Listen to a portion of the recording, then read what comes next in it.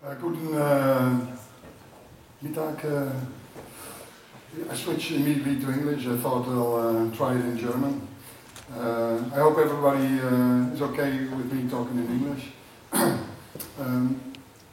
Thanks for coming, and also thanks Till for inviting me. Sorry? No, it's fine. Thanks. And first of all, I'd like to introduce myself a little bit so that you have a little introduction into who I am and who the company is. As Till already told, we started, the two of us started a company called KesselsKramer in 1996. And both of us worked for many years in advertising agencies in Holland and in London. And yeah, we also got like kind of fed up with that because yeah, like if you work for somebody else, and especially in the advertising industry, there's a lot of compromises always. And I mean, we got kind of fed up with that, and we thought like when we start our own company, at least we work directly for the people that also that we make the work for. And apart from that, we can maybe sometimes also use our hobbies into our work. I'll show you a little bit more of that later. And also, we didn't want to work with account executives, which, I mean, in a lot of agencies, that's kind of a disruption often. So we said, like, we will be our own account executives. This is like the first picture when we started in 1996. I'm standing on the left, and it was the first company picture when we were just the two of us. Later we started to work in a church in Amsterdam, and the good thing is that you go every day to the church, so your parents are very happy. Nowadays it's the image of the church is less good, so but because of a lot of scandals, of course, you know what I'm talking about. But at least this space was also a space where everybody worked in together, and I mean, there's not a lot of phone calls, but we just shout at each other, and it's like one open space. Since 4 years, we also have an office in London, and this is more because the last few years, well, I will show you more of this later. We did produce a lot of products, books, and other kind of things like exhibitions and ideas for exhibitions. And in London we were able at least to, in our office there, to show this a little bit, because the office is like a shop, a gallery, and in the basement there's the office. So there's often, like you can buy products and books there, but there's also kind of presentations every 6 weeks. And often very busy because it's quite a small office. And people stand outside, but later I found also out why that was, because I mean we just give out free beers, and after the beer is finished, it's rapidly gone, but it still works. So today I want to talk to you about the fact that strong ideas in a way allow you to blur. I'll explain this a little bit. I mean, with nowadays, in a lot of disciplines, for instance graphic design or design or advertising, in a way it's very easy to finish off something very quickly and quite well. So in a way, yeah, a lot of people have their front garden like beautifully dressed. The only thing is that their back garden is often a mess. And that's, I mean, where I just want to talk about a little bit and show you some examples, because I think more and more in every discipline, because also there are so many amateurs and people that can access these disciplines nowadays because of internet, because you can see everything, because the use of computer programs and the easy use of that. There's a huge amount of kind of amateurs doing this. So that means that in a way that the professionals, their biggest kind of weapon is to have a very strong idea. When a strong idea is a basis of something, then you can like blur with all kinds of other disciplines. That is nowadays very interesting, I think, because I mean, when you're a graphic designer, you're not only a graphic designer anymore, because you can also make exhibitions, you can sometimes make a campaign or make your own books or publish your own books. So there are much more crossovers possible. but again, you have to you need a strong idea. First of all, I'll just show you some examples of our work over the last years.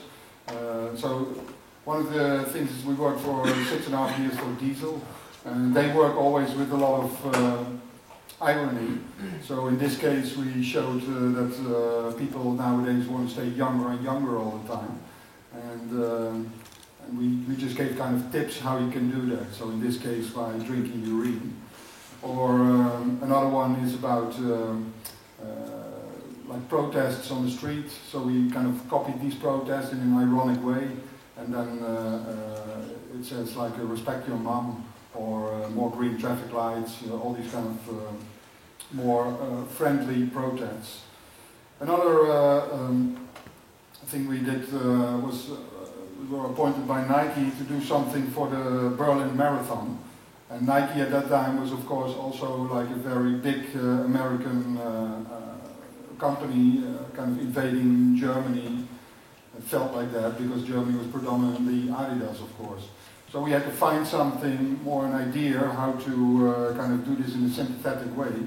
And we saw that like in the whole list of everybody who ran the marathon in Berlin, that Heinrich Blümchen was a 78-year-old guy. And living in Erfurt, and we thought like, okay, we'll visit him, see if he likes this idea. And luckily he was also running on Nikes, because otherwise it would never happen. And for 3 years we made him like the star of the Berlin Marathon. And mostly he got like 20 minutes late, because he was stopped by radio and TV interviews. And but it was a nice way to, in a way, kind of, with the idea, just look like exactly the other way, not at the best players, but just to some players some runners that normally never have any recognition there or media attention. Yeah. Now, next thing I'll show you like a few TV spots we did over the years. This one that I show is for a mobile phone company. We made like many spots for them, but also touching kind of social topics. And this spot is about that people, when they're on the phone, that they hardly have any idea what is going around them anymore. And we just played with that. Oh wait, I have to do the sound here. Okay, try it again. Can be very loud, the sound. Shall we try it again?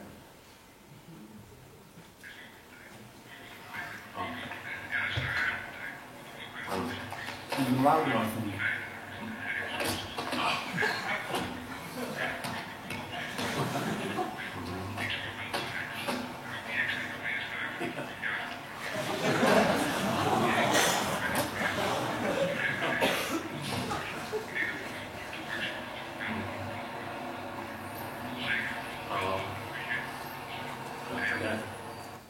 Can somebody make the sound maybe a little bit louder? I don't know if there's somebody there. It's a shame for... He went home. No, it's not loud enough. I really want it really loud. I'm very picky in those things. Oh, here, maybe this.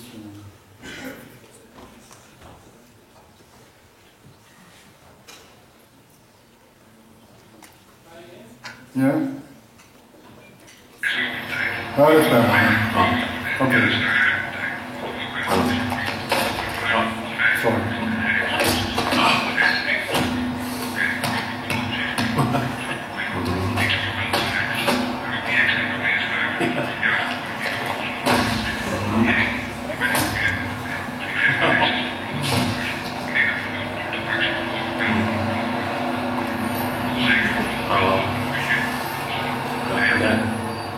Yeah, and the next one is for the World Cup of football. And what you see here is that normally when there are spots around football, it's always using the same kind of metaphors. And this spot is for a radio station, and we try to do that a little bit different.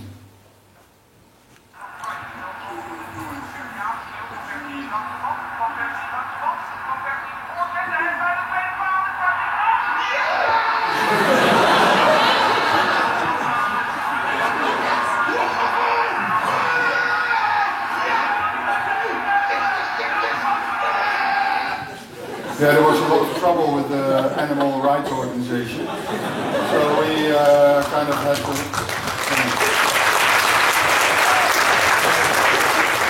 Yeah, so we had to make, in a way, another spot to prove that the dog was still alive. And so we made another one for the Tour de France, where we at least showed that the dog was alive again.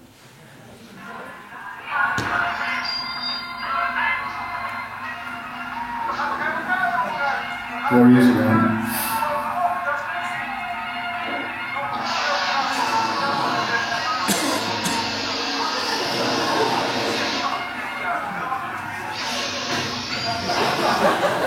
So then we never got back to him again.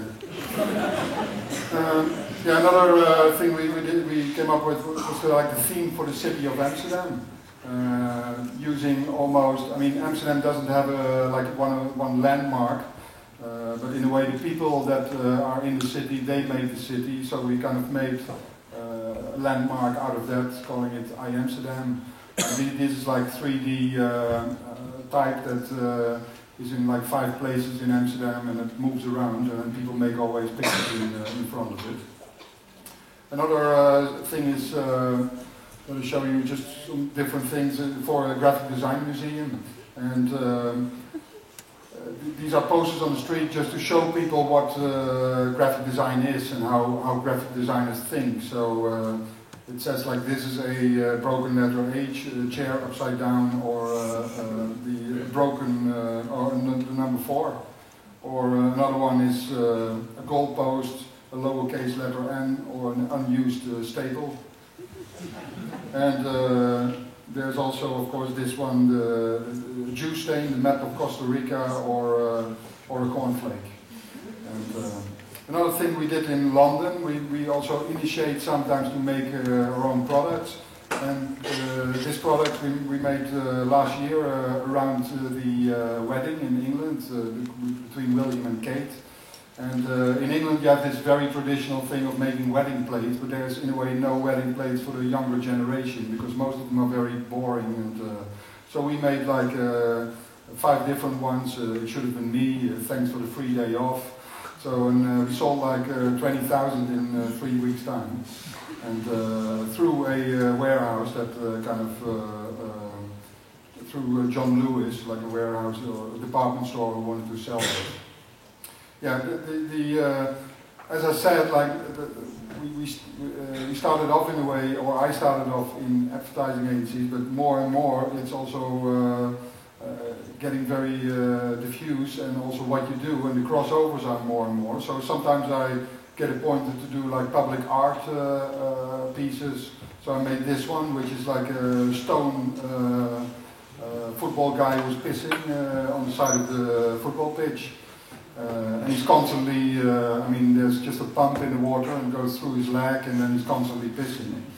And but that was just a little bit of fun. And then other things is sometimes we do exhibitions with our work, or I do also exhibitions with, I'll come back to that later, but with the kind of hobbies that I have, that I collect family albums and found footage. And this was a recent exhibition in Amsterdam in a museum called Foam, called Album Beauty. And this is an exhibition totally focusing on the fact that there are no family albums anymore, in a way that it's a dying thing. And this was like an ode to kind of the document of family albums. Also I curate sometimes exhibitions on graphic design, involving people that I like, and bringing them together and making exhibitions with them. And a lot of the work we did over the last 15 years is like, all of it in a way, is in these 2 volumes of books. One is called 2 Kilo of the first 10 years, and one is called A New Kilo of the last 5 years. The nice thing with this is, this was published by a publisher in Japan. But the nice thing is that you can make your own posters for your own books. That's in a way quite nice. So it's that was for the 2 Kilo, and the New Kilo there was this one. Just, okay, so I'll come back to the fact that you can blur. These things can blur a lot when you have a good idea.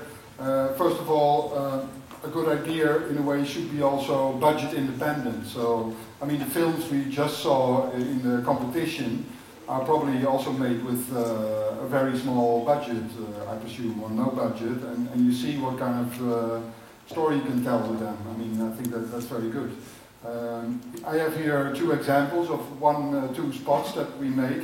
One is the most expensive one, was like 1.3 million euros, and one is the most cheap one, was like 300 euros. And yeah, the first one is for a beer brand called Bavaria, funny enough, a Dutch beer brand. And here we used, in a way, we found like a little piece of writing in the newspaper saying that men nowadays don't behave like men anymore. They are more like metrosexuals because they go more than often to the hairdresser, they like shampoo, they like body lotion, they go often to the supermarket. And I thought that was a nice idea to use for a beer commercial. That is, normally these commercials are very male oriented. And, so with this spot we were trying to bring back kind of the roots into the men that are not men anymore. I once wore armor. I would hunt animals with teeth as long as my arms. I would chase adventure to the four corners of the world. We carried spears. We would kill or be killed. And all that mattered was survival.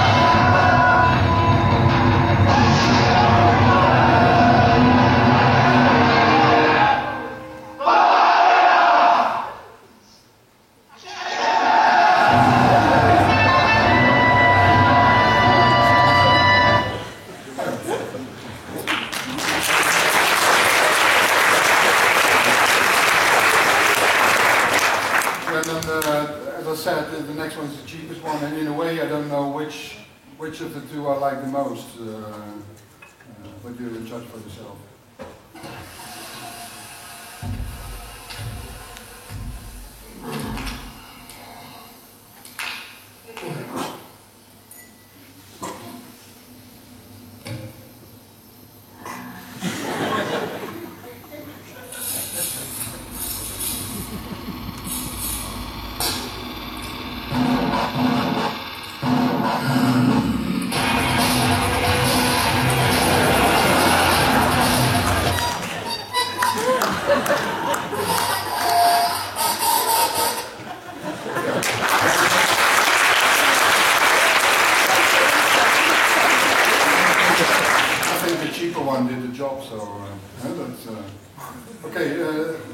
I'm going to show two cases of clients we work for, and it's two hotels, two different hotels, and that is also in a way they both tell a certain story, but in a totally different way. One talks about strong design or uses strong design, and one of them totally non-design. So the first one is a hotel called Citizen M, and this is like a container hotel. So all the rooms are prefabricated and they are in a warehouse standing, and by putting them on top of each other, you just create this hotel.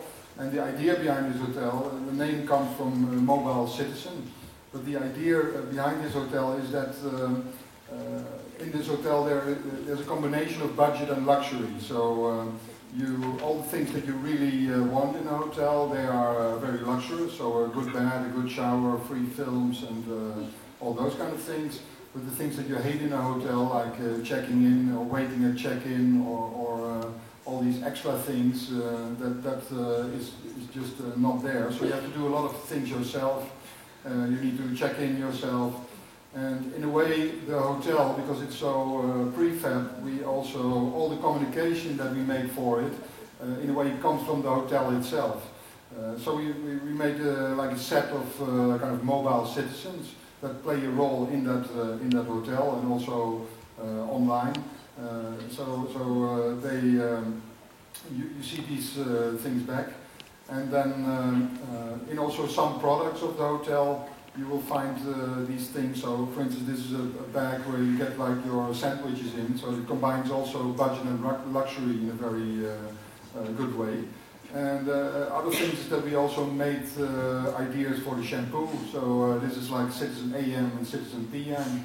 So one for the morning, one for the afternoon. And also the soap we use also to communicate. So it says like designed to turn even the longest haul traveler into a sparkling, clean and nice smelling human being again. And then sometimes it's also very nice, I think for hotels it's nice that you can use in a way everything to communicate and to create a smile with people. So one of the strangest things that we came up with, that never happened before, is that we also came up with a wake-up call. So we designed in a way the wake-up call, and that's this one. 100, 99, 98, it's going to take a while, this, but 97, 96, 95, no. Okay, I'll stop it here, but it goes on till 0, and then you hopefully awake. So this is, the hotel is like now in many different cities in Europe already, and when they found the premises, they can build the hotel in 2 months. So that's quite nice. Here we were also quite early connected in this job, and that makes it quite nice.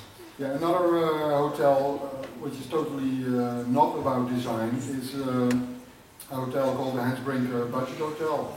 It's like, this was in a way our first client ever, so in 1996, 1995, 1996.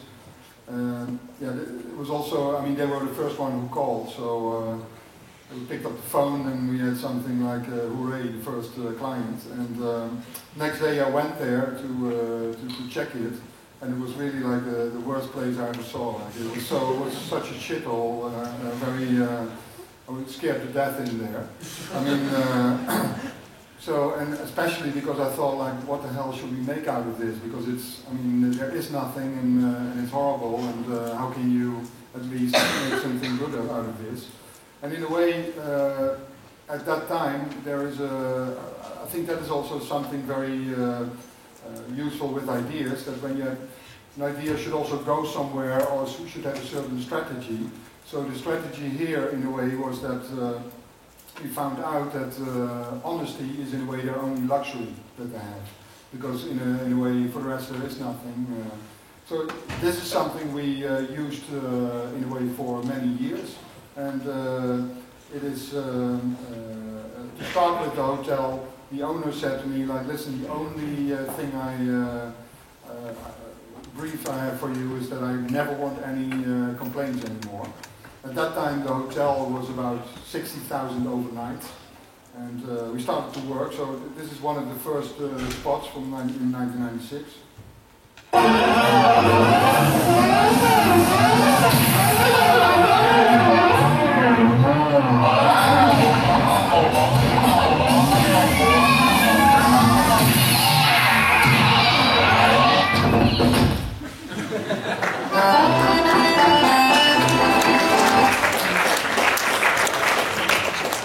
We started rapidly to make like posters to spread out around Europe, saying like now a bed in every room, now even more rooms without a window, or now a door in every room. Very honest, because that's what they had. So, and now even more dog shit in the main entrance. That's something Amsterdam is known for. So we also use this for real to stick like flags around the central station where all the backpackers arrived. That was the target group. Stuck like little flags in dog shit. In many ways, the most cheap action or idea we ever made. But this, yeah, I mean, already only this idea brought the hotel so much publicity and also many more overnights. In the hotel itself, we also did a lot of things in the rooms, like what I showed you with the Citizen M. Before we did it also in the Hans Brinker Hotel, a little bit different, because we had these A3 carton cards that were lying on the bed.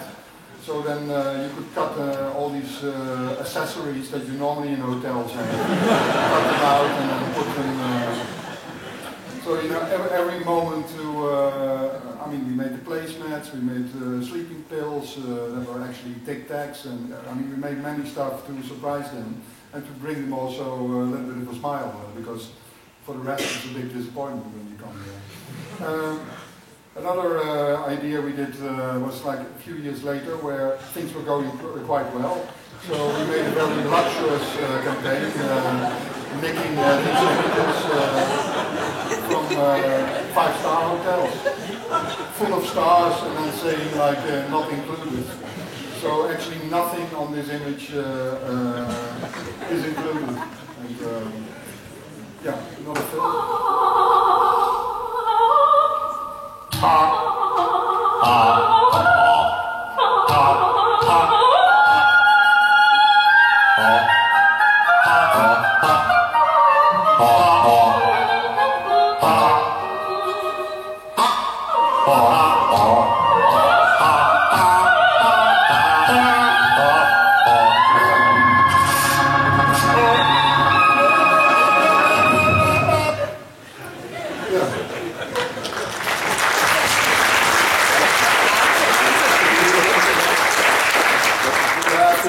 I think they were on 90,000 visitors then a year, overnights a year. And then, I mean, with this idea, we saw that it was working, and you can go on and on with it. So the next step we did was we thought like it's nice to show also the people that visit the hotel. So here we use this kind of classical advertising trick of before and after. So we said like check in Hans Brinker Budget Hotel, check out Hans Brinker Budget Hotel. And after this, we thought like, I mean, how far can we go? I mean, is this like the end of it? Because this is already so bad. Because we thought it can't get any worse. We thought like, hey, wait a minute, you can't get any worse. So we used that in our next campaign, saying like, Hans Brinker Budget Hotel, it can't get any worse, but we'll do our best. So at least, I mean, this is a real situation in the hotel. It's not Photoshop, it's like there are a few rooms where this is like the view. And, I mean, at least you can better close the curtain then. And so, yeah, there are different solutions that they make think that it looks a little bit better.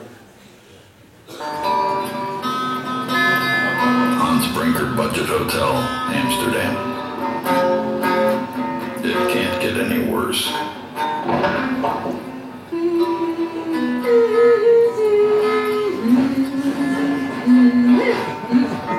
But we'll do our best.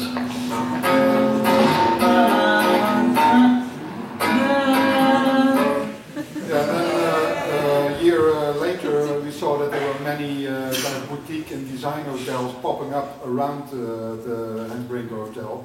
So we thought like, wait a minute, we have also unique design, so it's good to show that.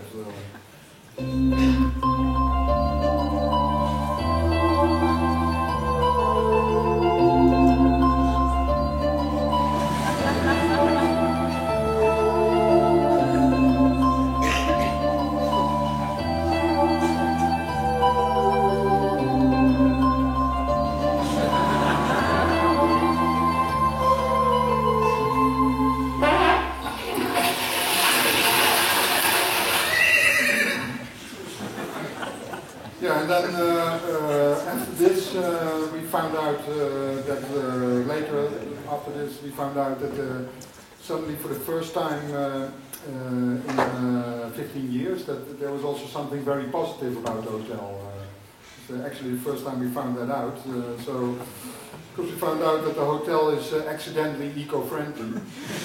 And so this means that you have also eco-towel in your room. And it means that there's an eco-elevator. And so we made many of these kind of posters. But also we made like a handout saying save our planet, stay at the Handbrink budget hotel. And the back of the handout shows the picture on the right. Because the inspiration for this campaign actually came from the hotel sign, because for many years only the L was burning on the hotel sign.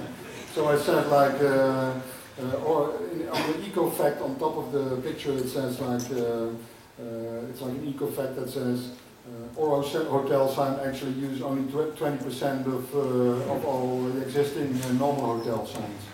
So that is something, the idea is quite already on the street, in this case literally, and so you can use that. Yeah, now the hotel has about 150,000 overnights every year. Actually nothing changed in the hotel because it looks even worse than the first time I came in here.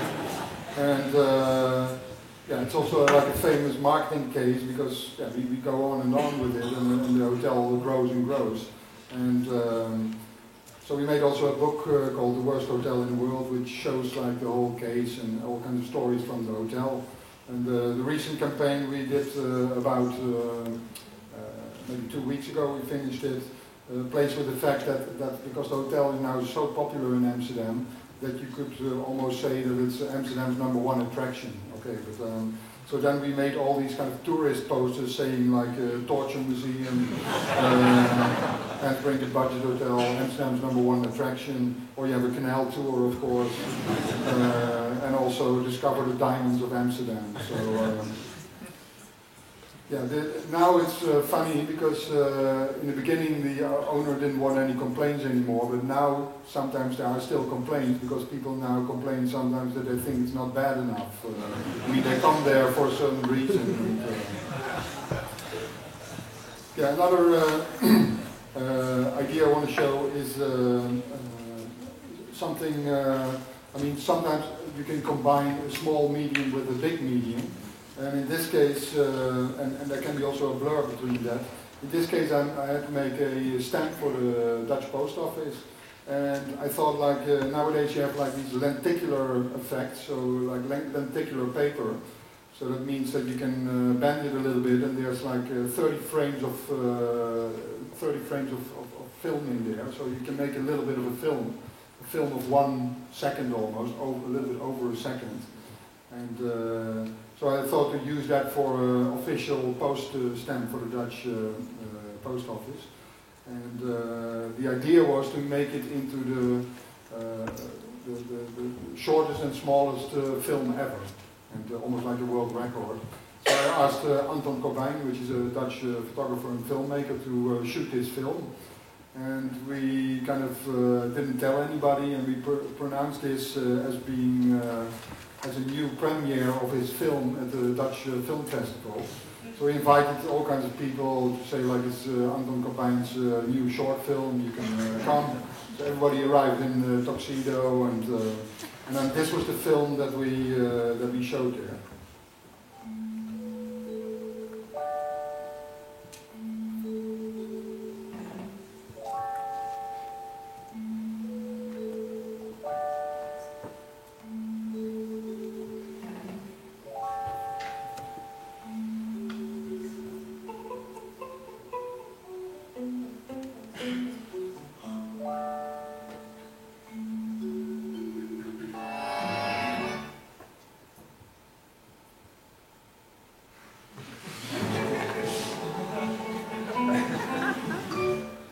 Yeah, so the people are very disappointed.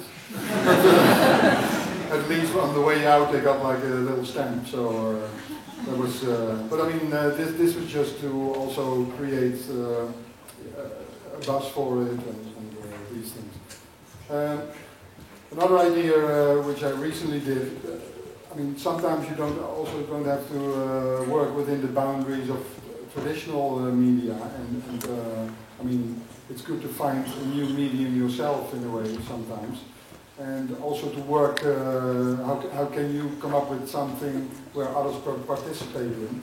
So in this case it was a job for two schools, two bigger universities that came together, and they wanted kind of a landmark to celebrate their togetherness. In total there were 5,000 students, and I thought to make this kind of sculpture and let all the 5,000 students pass the sculpture. And in the beginning they had to take chewing gum in their mouth, and then they had to, everybody like filled the whole sculpture with chewing gum. So in a way the DNA of all these two schools together was in one work. And now the sculpture is just standing in their school and is still there also to catch up chewing gums that people want to stick there. Yeah, another project which also shows that sometimes it's very interesting to combine online and offline is something that I did for a museum in Amsterdam, a photography museum. They asked me to see if I could come up with an idea how in the future the photography museum would look. So what I did is, because I'm totally fascinated by the fact that there are so many images nowadays, we are almost flooded with it, and I mean, it's almost not necessary to take new pictures again because there are so many of them. You can better use the ones that are existing. And I found out that, I mean, there's an enormous amount of pictures also uploaded on Flickr every day. So what I did, I downloaded for 24 hours all the images that were newly uploaded on Flickr, and they were in total 950,000. And I then pulled them off, and then I printed them for real, and then just threw them in to museum spaces. So people just could like walk through and walk over the stairs and could sit in the images, pick them up, look at them. And I mean, this also shows physically how much one day is new. And it also is in a way very, very confrontating, because if you see the installation, it's like kind of overwhelming. But when you walk in, you walk over all these personal things like birth of a baby or Christmas parties or all these different things, and suddenly you see all these individual moments that I just put online for everybody to watch in a way.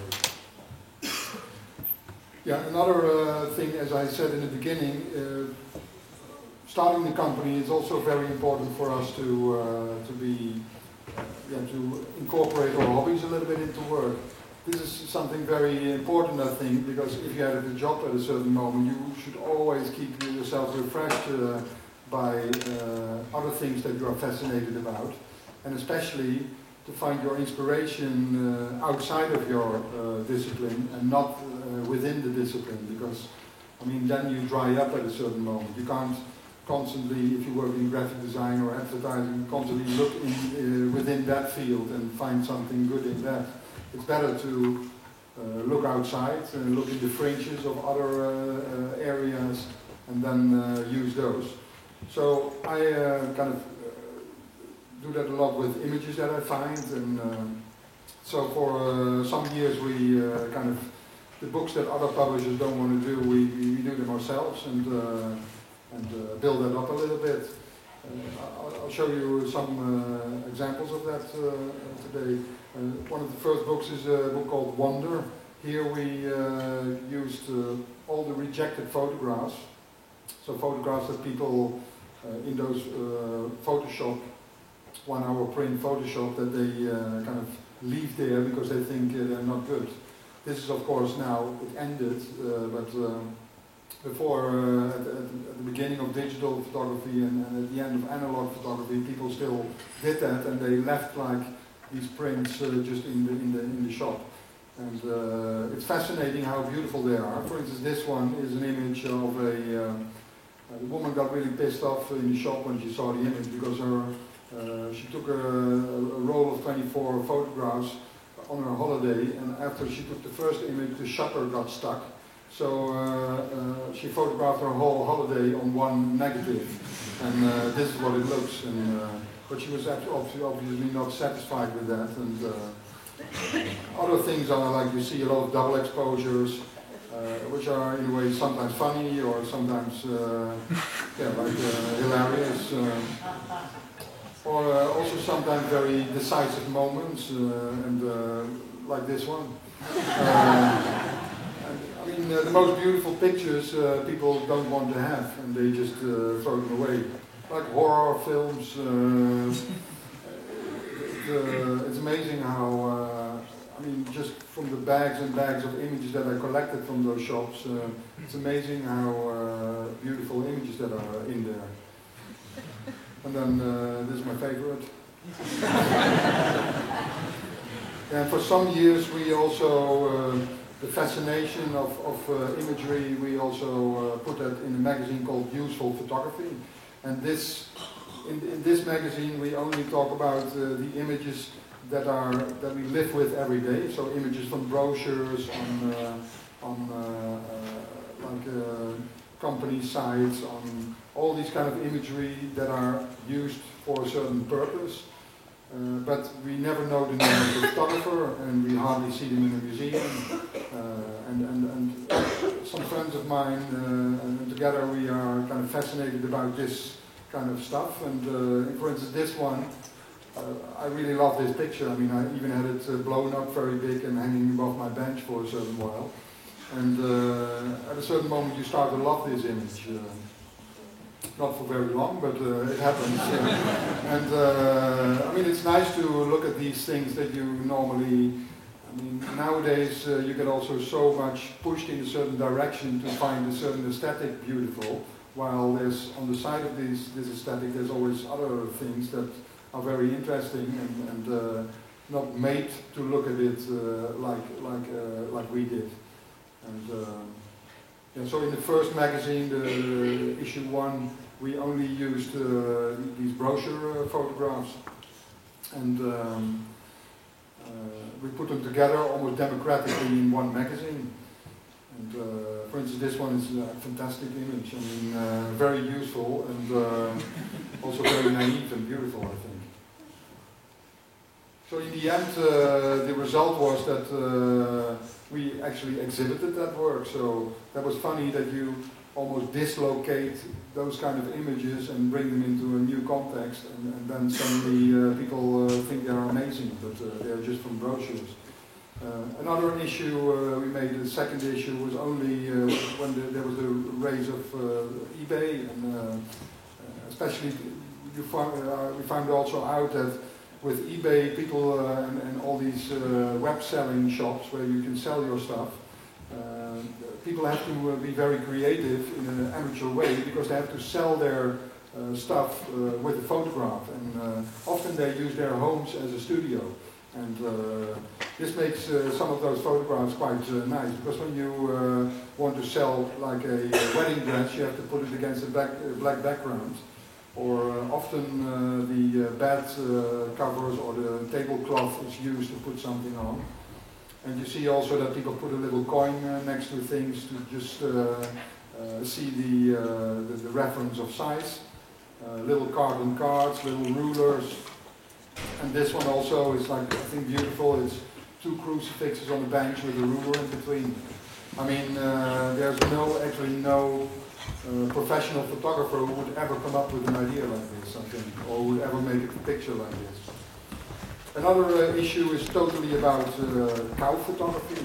Believe it or not, but in every country there is one cow photographer, because if photographers take pictures of a cow all over the world, they always do it in exactly the same way, because there's always a little bit of grass in front of the 2 first legs. And then to make the back of the cow look a little bit more straight, somebody's holding it always. And there's a little bit of an artificial tail that they attach to it. So, but it's different photographers from different countries, but always exactly the same. They do this, of course, to keep track of the breed. And in this issue, we only portrayed some of the women or some of the daughters of this cow called Lord Lily. And Lord Lily, for 12 years, he gave like 4 times a week, he gave sperm. And he has about 150,000 children. So just for you to know. And I'm also, we made a film of the Dutch cow photographer, because he was close to us. And here you can see a little bit how this goes, how a cow photographer works.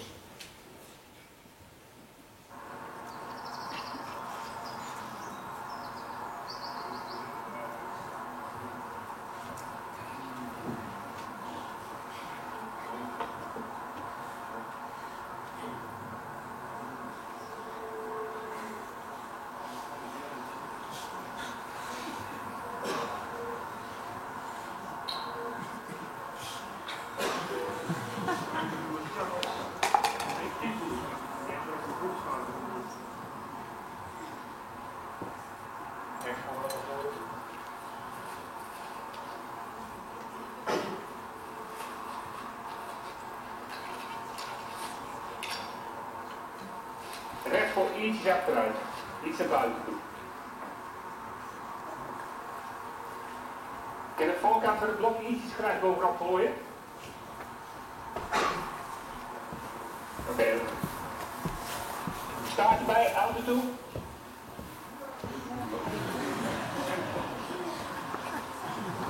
So he has also a car there, because when the cow is perfect, he puts a cassette tape in the car to play cow sound, so that the cow is photographing is even more concentrated. He will do that in a minute. But first he has to... a very difficult job.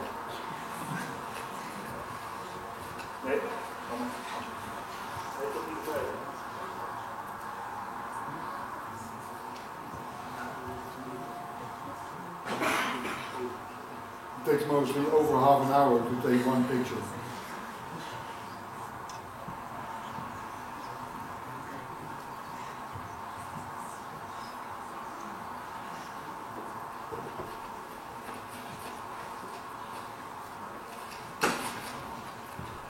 Je blijft bij de staan en dan druk je dan.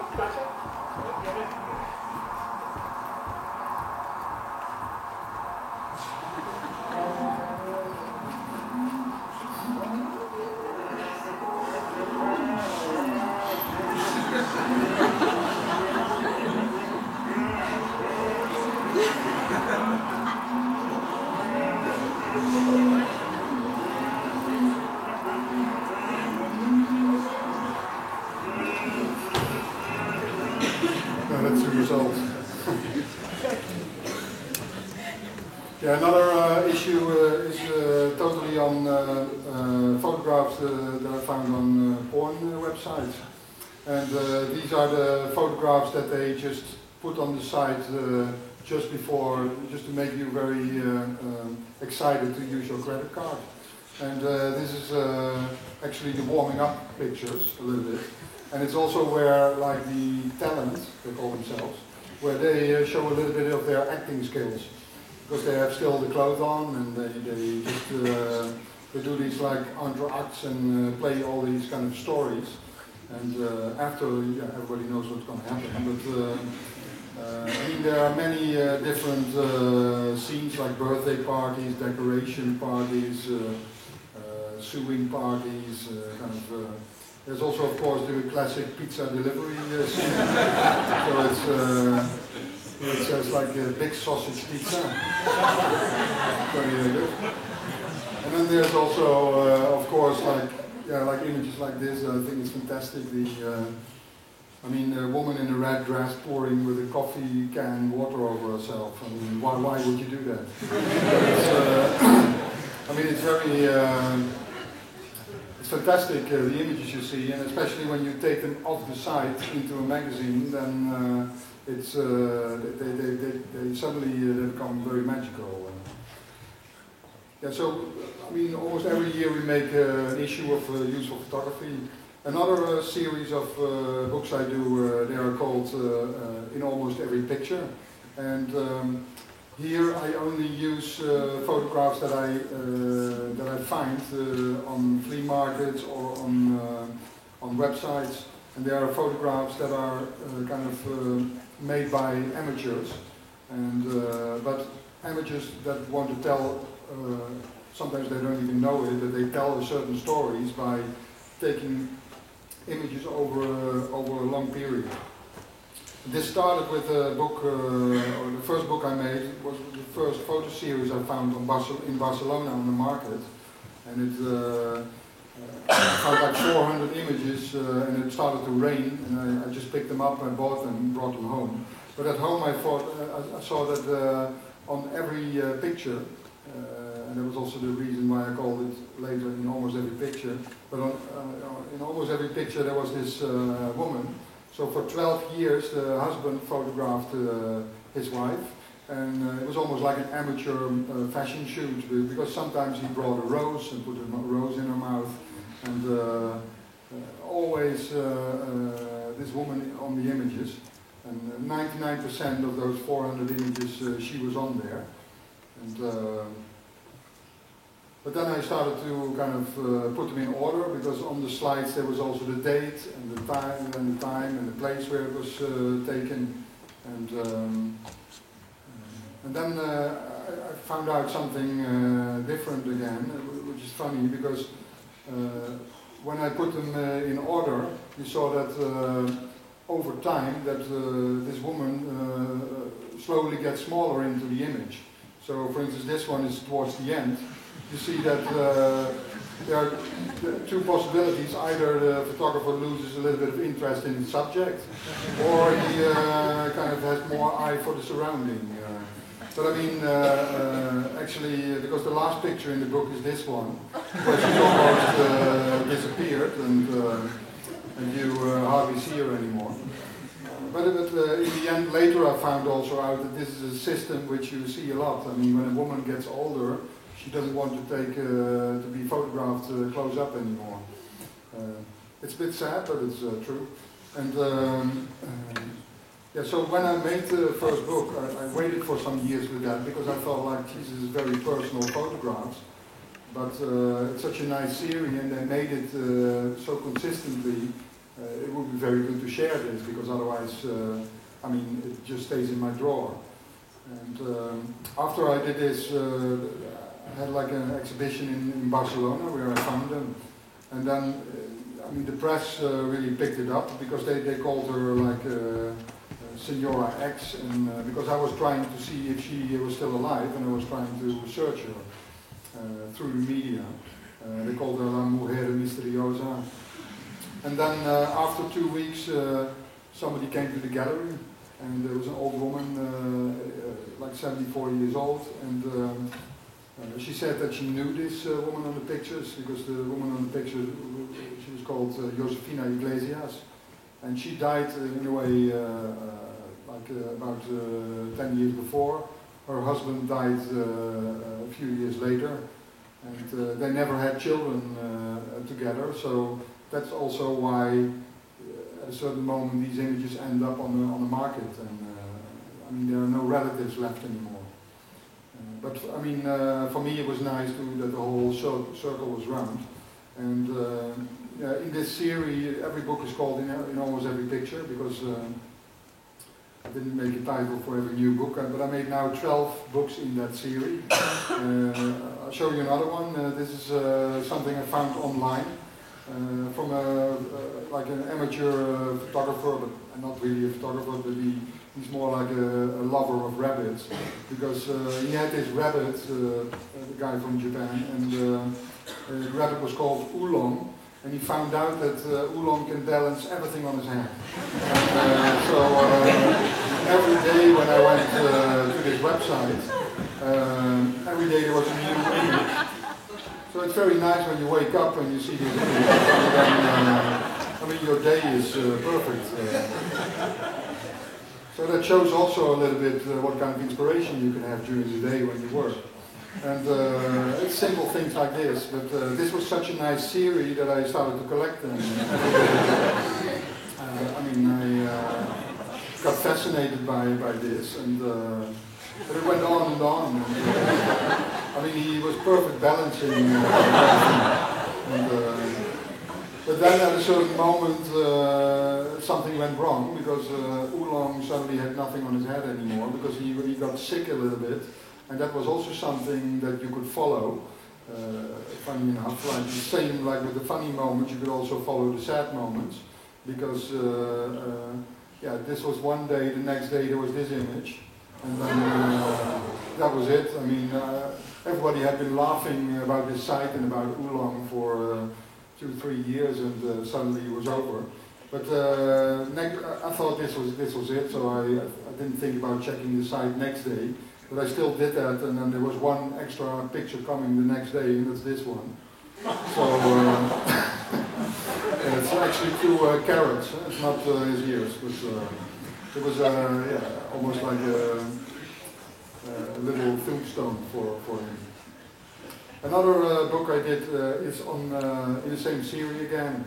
It's about a woman who's still alive at this moment.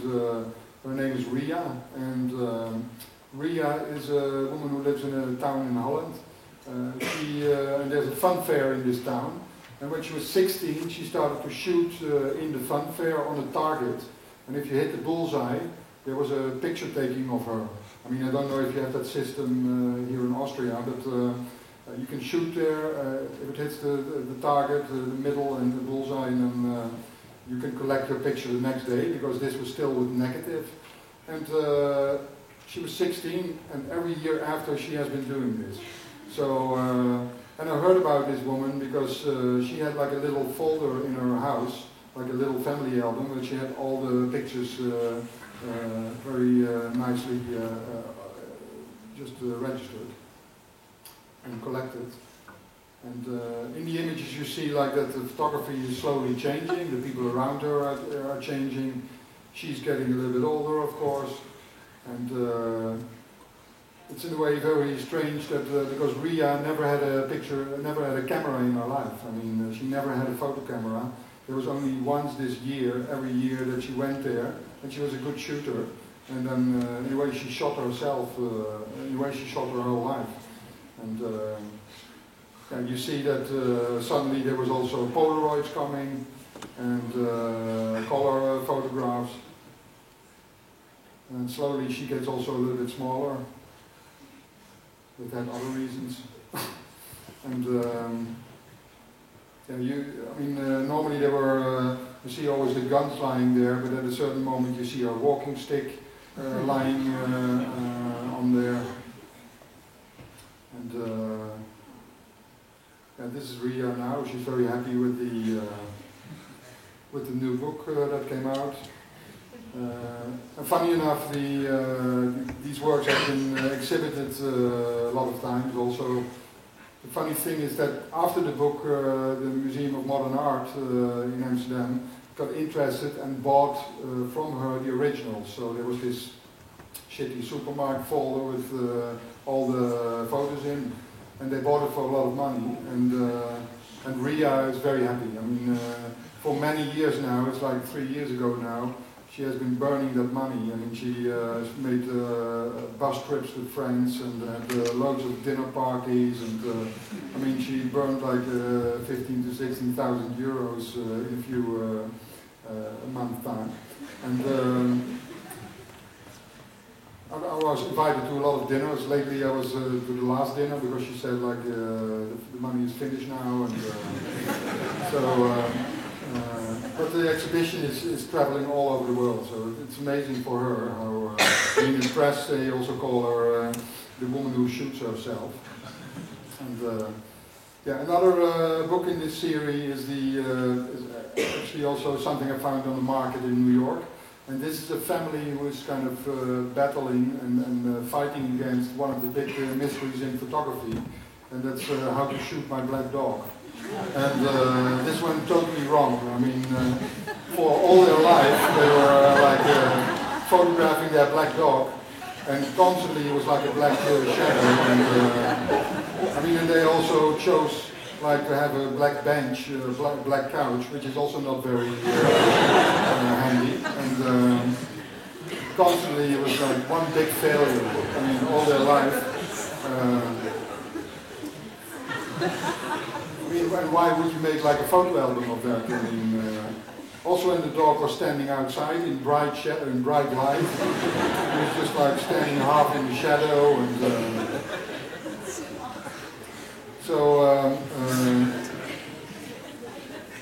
and I mean, really, I didn't touch up anything here. It's just like exactly like this. And then there was one photograph I found where they, probably the owners of the dog got so frustrated that they thought like to overexpose the film totally.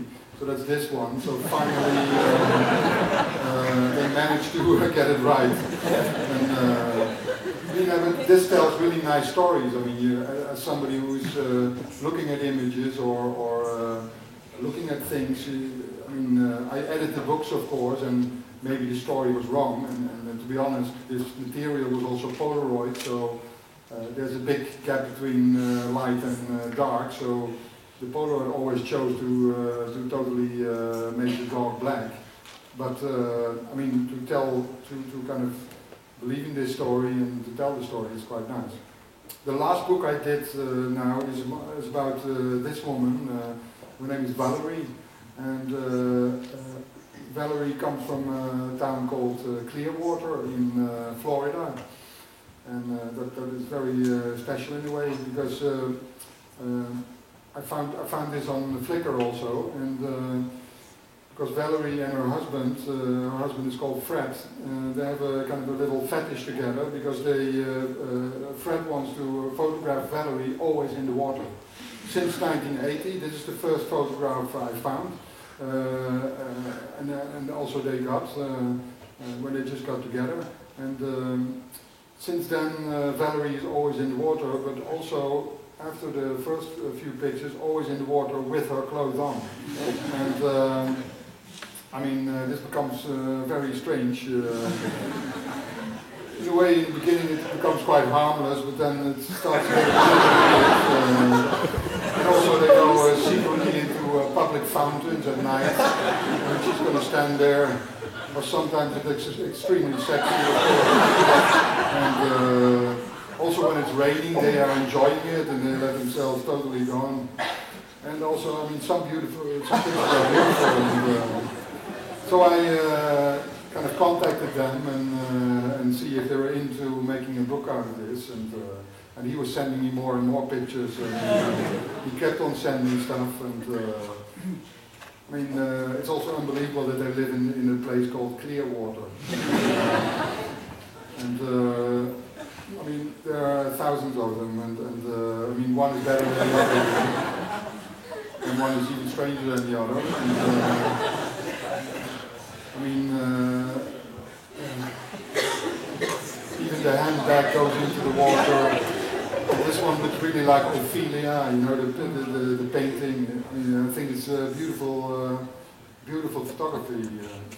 So I made a book, but then my dream was to kind of, I thought like, geez, when this book is made, there's one challenge, because I printed like 400 copies on plastic.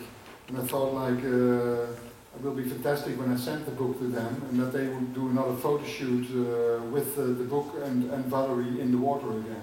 So they kind of sent me an email, because they were into doing it, and they sent me this email, and it says like, hello Erik, I've sent a dozen of photos from our afternoon book swim. I hope they meet what is needed for publicity photos. I have Photoshop touched them up for good presentations. I shot well over 100 views, and these are the best. The shoot went well. We were both in the mood. There was a light overcast as hoped for, with no harsh shadows. Valerie wanted to know if the book was really to go into the water. I said yes. The book slipped down into the water a little bit at a time, Valerie taking it and herself in deeper as the photos progressed. Eventually it was fully under. We enjoyed the tantalizing intrigue of it. After the photo, and here I forgot, I thought, shit, I didn't tell them that I printed the book on plastic. I forgot to tell them. So they got really, they thought like, what is this book? It's not doing anything with the water. So after the photo sequence, we both swam with the book, looking at again at each picture. the water was not seeming to have any effect on it. We must have enjoyed 2 hours of water in the water with it. I rinsed it off in the house, dried off each page, and placed paper towels between each page. The book seems to have withstood the lengthy adventure just fine. Loved the whole business, Fred and Valerie. So then this was the result. Valerie taking the book, and they made many pictures of this. So, but this one I used for, I thought this one was one of the most beautiful ones. And I use this for publicity. And and now we are in contact, and people, they're already like maybe over the last few weeks there were already like 10 people who want to buy prints from Fred, and so it's always a good thing. To conclude today, I'd like to show one project that we did also in the office, which was also self-initiated, and this was a project in 2002 when there was the World Cup of Football in Tokyo, or in Japan and South Korea, and Holland didn't qualify. So in the office there were a lot of people quite bored, and people were looking at the FIFA World Ranking, and there's like a scroll bar on the side. So you see that on the bottom of the ranking there are 2 teams actually. There are only 2 teams in the world, and that's Bhutan and Montserrat. Bhutan is a volcanic island, and Montserrat is a volcanic island, and Bhutan you probably know. But these 2 teams, they never won a game in their life. I mean, they actually are both on 0 ever. And so we thought like it would be nice to play exactly on the day that the final is played in Tokyo, to play like a game between the 2 lowest qualified football nations. And we couldn't play the game in Montserrat because it's a volcanic island and the football pitch is one big rubble there. And so it was played in Bhutan. And on the day there were 25,000 visitors. It was like an official FIFA game. Of course, a very bad game because it's worse than any amateur game that I ever saw. But it was all about how these 2 teams played against each other, and they had such a huge podium and such a huge crowd. They were so proud of themselves. Here are the team photographs. It's Montserrat and also Bhutan. If you look at them closely, you already see who won and who lost, because Montserrat lost, of course. Then we also made the cup ourselves, designed the cup, which is like cut in half. Everybody gets a piece of it. And finally, I want to show you then like a little clipping from the documentary that was made. The project was called The Other Final, and we shot like a documentary on that day and also in the preparations to that game.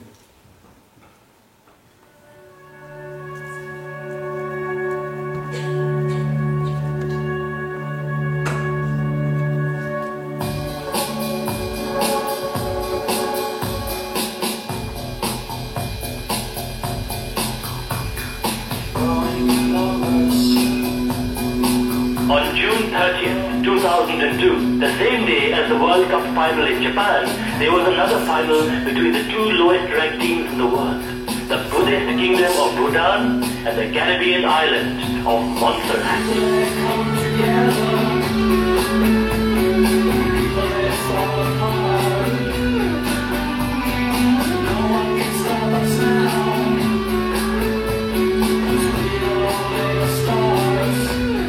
Captured in a documentary that brings to life the story of this game through the experiences of the teams, organizers, and the people of Bhutan and Montserrat. Unlike the World Cup final, this game was not about who won or who lost.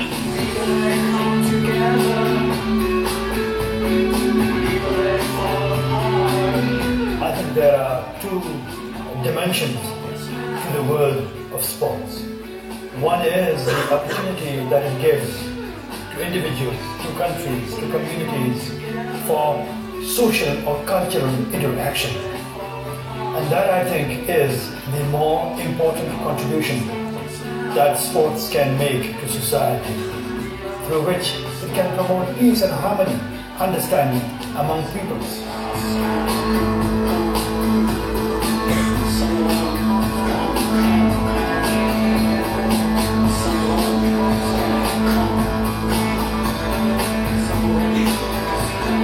This final was about two very different countries and cultures from distant parts of the world, meeting each other for the first time and sharing their love for the beautiful game. We are drawn. 2-1. Of course Marshall is going to win. And what other result could there be? What's we expected to win? 3-0. I predict a very good game. The other final, also nice for people who don't like football. I know, because I've seen it. Yeah, hopefully I think that this also shows a little bit that how many challenges, how many opportunities there are in a way in this work that you, whatever discipline you are doing. And I feel like doing it for so many years, but still like a fish in the water, because inspiration or fascination for things, it's like something which can be endless, and the hunger to find these things is I think that's good to keep also fresh constantly, because there are within the work anyway every day certain hiccups, of course. I show now today like some examples, but of course there's also sometimes difficult things or things that don't work the way you want it, but at least it's good to fight for that and to constantly refresh that. Thanks a lot.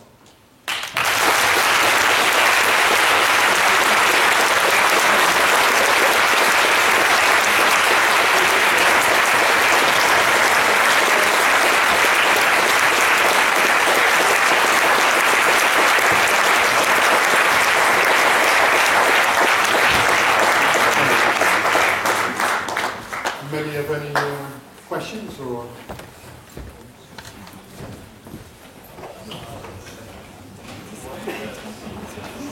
Sorry?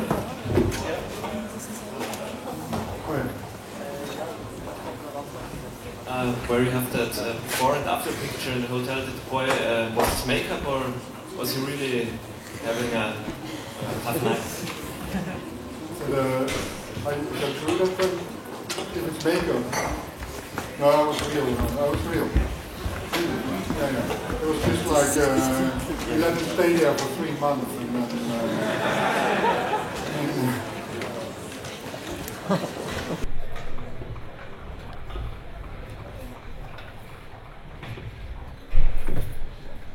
But the photo books, when you work with found footage, how do you cope with the copyright issue? Because of course, if you know that the photographers personally, I understand it's probably you have to contact them and talk to them, but especially with the ones you used to in photo booths. Was there ever a problem with that? Because nowadays, when you work with artists, it's always a huge issue. And how yeah, I've never. There is of course a certain responsibility you have. Often I try to find if the people still are alive, but that is when they are on the market, that's very unlikely the case. And then of course you should also look at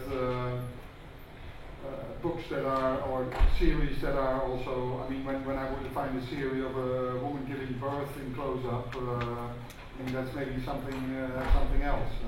You would not, but these are also series that are kind of representing a certain ode to things, and it's like a series and almost like made in a very nice way, and almost a shame that it doesn't, it wouldn't be published anymore. But there is no copyright thing, because you could the people who, if it would be their pictures, they could complain about it, or they could come and get the copyright. But it's also not a commercial thing in that sense. You would never use those images for a commercial project.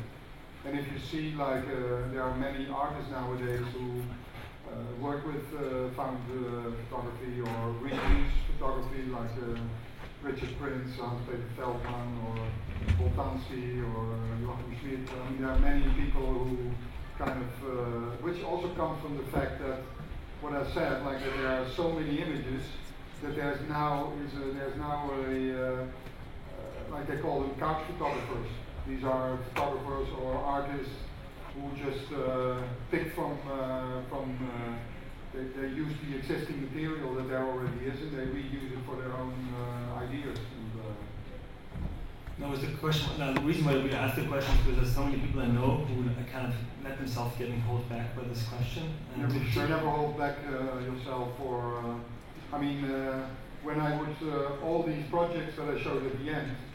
I mean, of course, when the owner or when the people who make it are still alive, but on the other hand, also from the catalogs, like the brochure photographs, we never asked for. I mean, where should you start? And you can make nothing. And it's not those examples are made or the books are made as to almost celebrate that kind of photography. So you're not doing anything wrong. I mean, the only thing was I had Brinker one with the beautiful picture of the bed, like with the not included. I nicked that one. I mean, I didn't pay for it, but I mean that they had no money anyway to buy it. So it's also like a joke a little bit. Anyone else?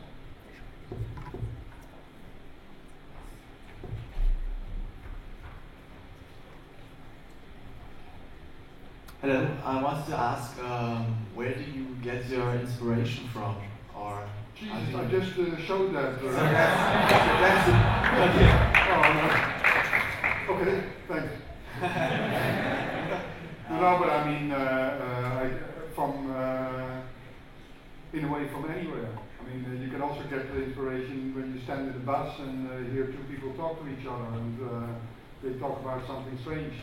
And in your mind it's something strange, but you can maybe use that kind of thing within something else.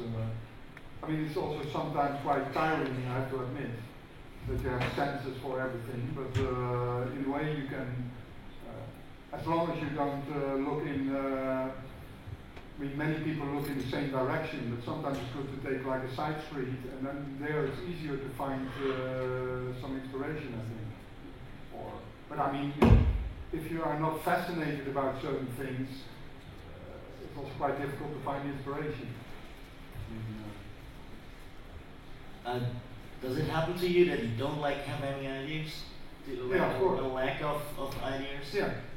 Yeah, I think there's always, I mean, I'm very insecure every day. You know, sometimes I think like, I feel really like a loser, you know, like that you think like, I do this for 20 years and I'm still, I mean, I think it in myself, I don't say it out loud, but that I'm still so coming up with such stereotype ideas, you know, like blonde girls in a cabriolet.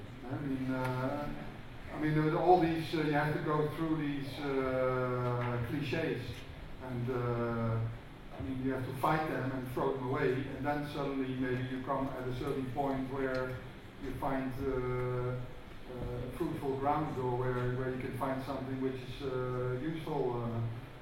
But I mean, being creative, or I don't know how to call it, but it's always, you need to be insecure. You need to be, you need to make mistakes. I mean,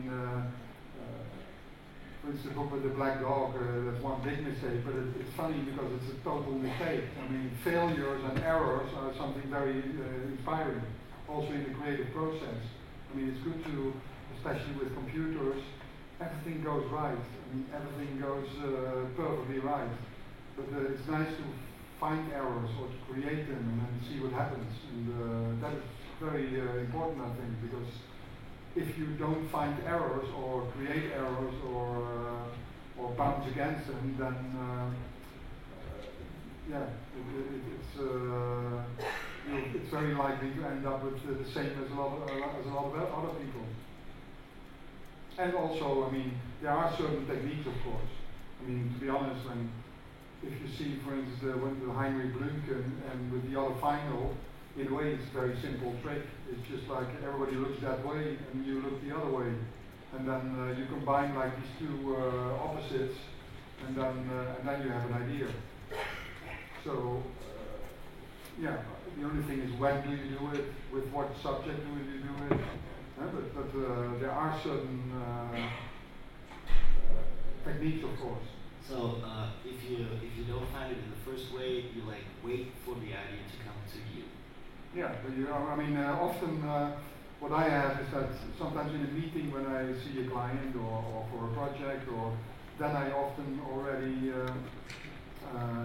before the end of the meeting I already have the idea. So that is one option. So that is, then you're very lucky, because then I work for 2 weeks, try to find another idea, but I still go back to the first idea that I had in the meeting.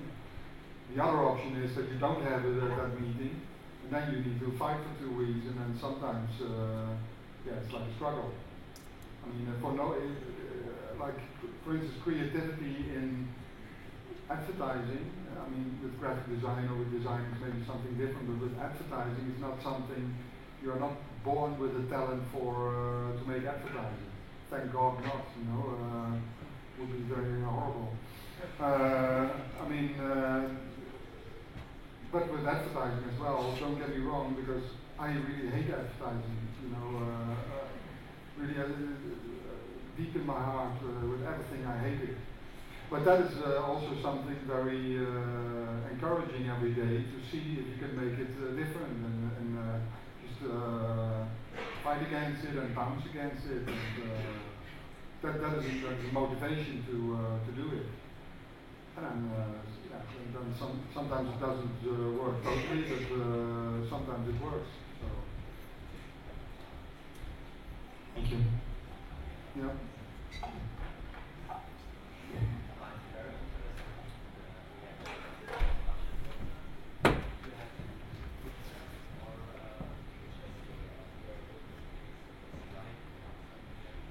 In a way, with the hotel, why they agreed to this in the first place, they had no other opportunity anyway, they had no other chance anyway. I mean, there were no. But in a way, it's also something. To be honest, it had also to do because I met the guy, and there was no. We didn't talk about money in the beginning, or we didn't talk. And then the next day, I came with a few ideas. And he was so fulfilled with that it was so instant, and that we had also a click together. And I mean, that is also something, if you look back at things, the best work is always made for clients where you have a very good relationship with. And that doesn't have to, I mean, you don't have a good relationship with everybody, but yeah, it's good to talk a lot to each other and explain a lot to each other why. That's often forgotten, like creative people and, for instance, companies, when they work together, their communication skills amongst each other is very bad in a way, often, because you really need to explain. I mean, often creators are almost autistic, you know, they work, and they make a brilliant idea, and then they show it, but it's very unlikely that somebody thinks like, no, it's too far out. But if you explain how you got to it and why you did it, and what is the reason, what is the goal for it, and what is the strategy behind it, that is something different. I mean,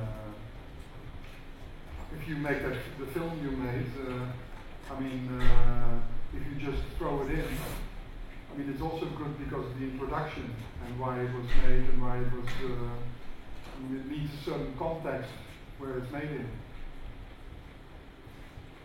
Okay, that already half answers my question. Oh, yes. Because you do a lot of unconventional things, and I was wondering whether the customers ever didn't like your ideas, or if it took a lot of effort to convince them that this is a good idea. You mean the customers or the clients? The clients. Yeah, of course. It happens. I'm really pissed off then, but it happens. But it happens also sometimes that, of course, things get rejected. But then you come up. I remember one time that we had an idea for a health insurance company, And they had like a theme of saying like, ensure your most valuable possession with us, which is your body. So we had an idea to have like a huge film with city scenery where everybody was naked. Everybody was naked going on the electrical chairs or electrical stairs and not chairs. And on crossing the zebra and crossing the street, everybody naked. Because then you show also how vulnerable you are. And the clients say like, no, God, no, we can't do this. I mean, I can't show this to the board. And so we had to come up with something else. And then 2 weeks later or 3 weeks later, we showed something else. And he said like, yeah, I'm very happy like it. I'm very happy that you did this. And so, but he said like, but to be honest, I was dreaming and thinking a lot about this film with the naked people. And so he brought it back again. So that sometimes when you talk about it and when you explain it and when you also show that you are disappointed or explain why you are disappointed, I mean, when you are very good, when you communicate very well to, and that's with every, when you as a creator make something for somebody else who is not in that world. I mean, when I decide to let somebody build a house for myself, and the architect comes and he shows me the drawings. I don't know anything about that, so he needs to explain to me very, almost like a child, why he or she got to that. And then I think we should do the same. I mean, you really need to, almost like that you think like this is too childish, but you need to just simple explain why you got to it, and why this is like this, and why this is so stupid, or why this is so strange. And that helps sometimes a lot. And did it get any easier because you are kind of famous now, your agencies? Is it like people come to you and they think whatever you do is good, or is it still?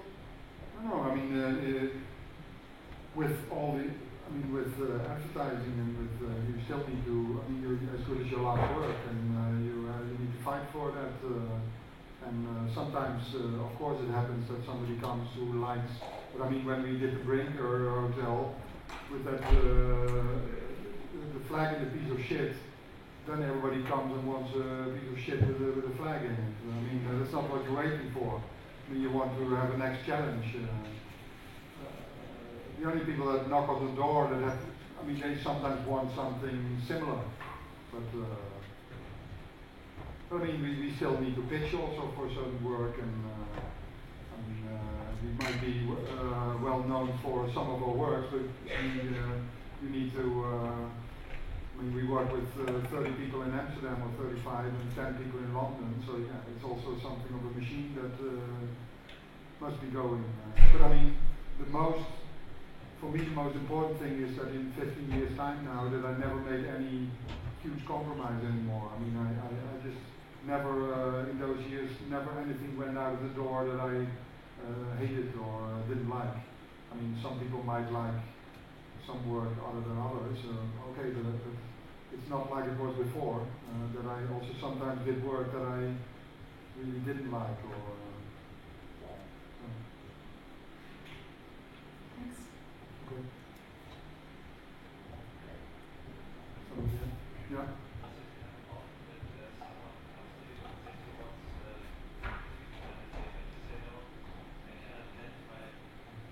With this. Can you repeat it? Okay. Does it happen often that someone comes to you and says he wants that you work on that product, but you cannot identify with it, or you say no, that's not my. Sometimes happens, yeah. It happens that that what they want is not really something you cope with, or. And I mean, it's also good that you still have the choice. Because I would also not work for a political party, for instance.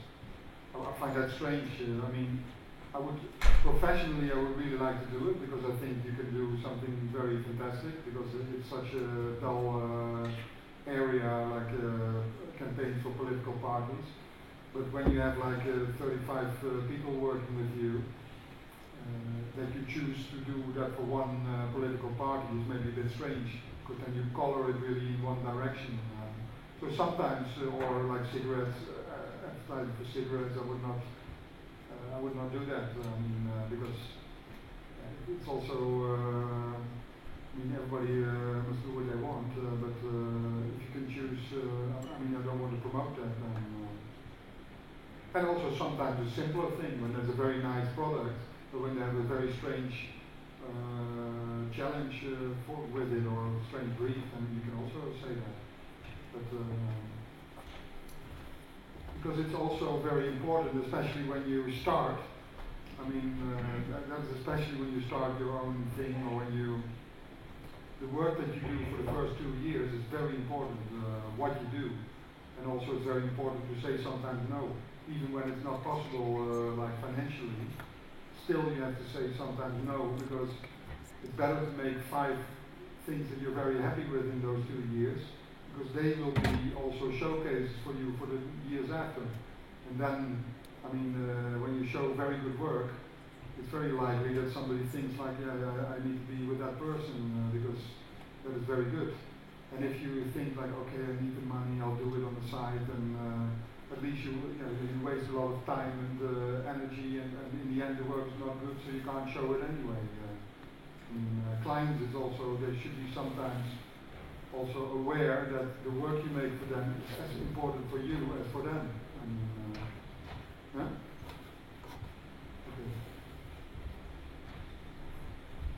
Okay. I have not a professional question.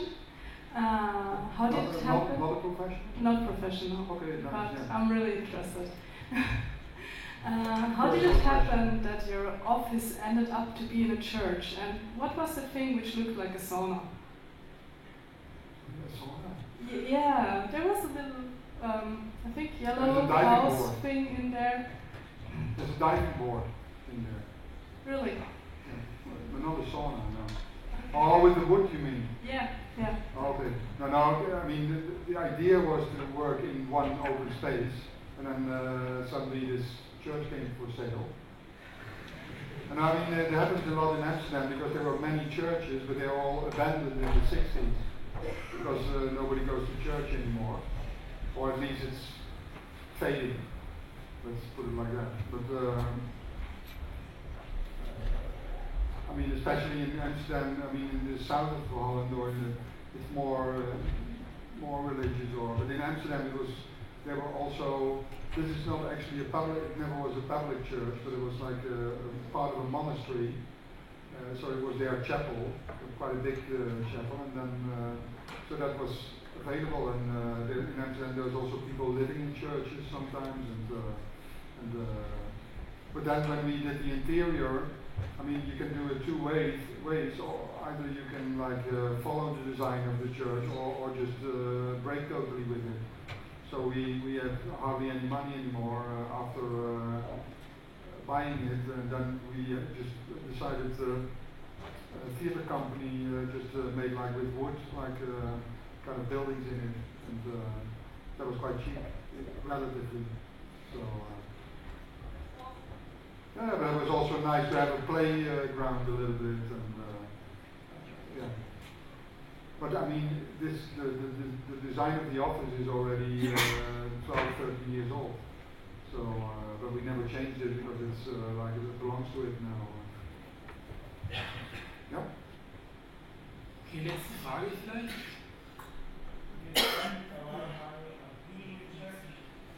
Good question. Jesus Christ, nice last question. I thought now it's going to come, and then we spent a lot on the meeting. Yeah. Okay. Oh.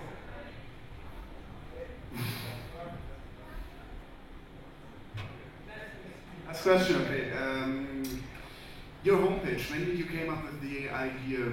You have this beautiful homepage. It's morphing like a chameleon. Every time you refresh the site, yeah. When did you came up with this idea? Yeah, there are actually 250 sites. So they are. I know.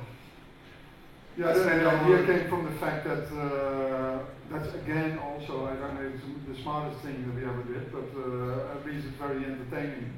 But it just comes from the fact that I mean, everybody has a site, company with work, contact, like all these. So we thought like we have so much stuff to show, we can't make those divisions, so we made like 250 sites. And then there's a site called KesselsKramer Gardening. And then in there is all the work that we did with grass or with, so you can see the films in there and click on them and see them. And, but it is a total confusion, yeah. And it is even, for instance, there's also one site where you can buy hats, like, and sometimes it happens that people who visit Amsterdam, that they knock at our door and they want to buy a hat. And then it's really... How does your professional clients react on this site? Are you so famous in the country that they don't bother by? I think after we launched the site, the amount of clients increased drastically. But it's I don't know. I never heard about anything from. I heard more about from that people say like, "What the hell is wrong with your website?" But I don't know. I mean, I think when we would have a very good functioning and proper website, it would even be grown bigger, I think. But maybe in the future we have to do a very simple one. But this was at least very much fun. It was fun to write it and to... It's fun to watch it very often there. Yeah, okay, thanks. Okay, thank you very much. Und damit vielen Dank, dass ihr da waren.